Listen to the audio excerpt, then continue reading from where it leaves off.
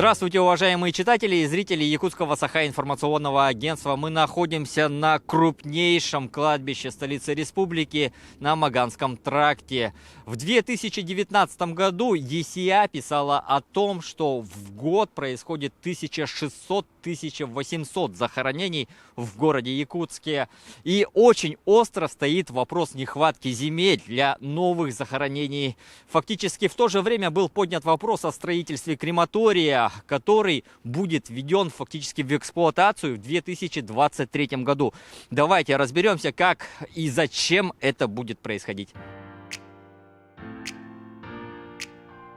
Итак, мы находимся в крематории, где фактически завершены основные строительные работы. Остались отделочные и монтаж оборудования. Тело будет приходить сюда, это зона выгрузки тел.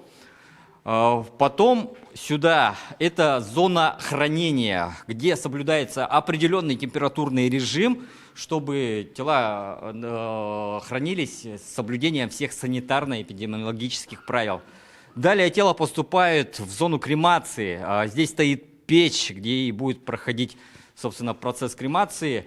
И что немаловажно, также оборудована система по очистке воздуха, чтобы в итоге не вредить экологии. Сергей Юрьевич, расскажите, пожалуйста, о стоимости для тех, которые воспользуются услугами крематория, как будет происходить выдача праха и что можно делать в итоге с этим прахом.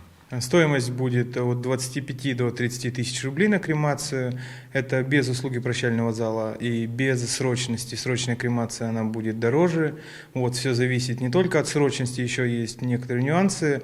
Бывает вес тела. Если вес тела больше 110 килограмм, это тоже кремация, она идет дороже. После процесса кремации человек получает урну с прахом, и он уже вправе, что с ней делать дальше. Развеять ее где-нибудь над морем, там, еще где-то, либо поставить в колумбарий. У нас в этом году мы уже не успеваем сделать колумбарий. Весной 2023 года мы приступаем к строительству колумбария на территории крематория.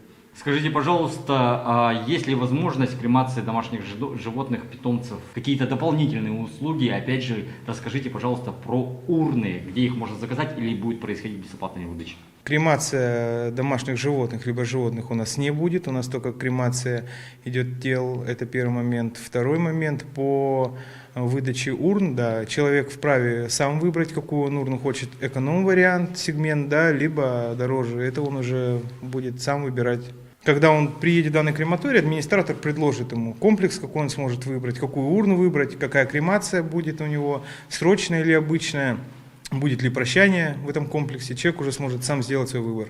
Расскажите, пожалуйста, про урны, они какие-то российского производства, есть ли какой-то стандарт по ним?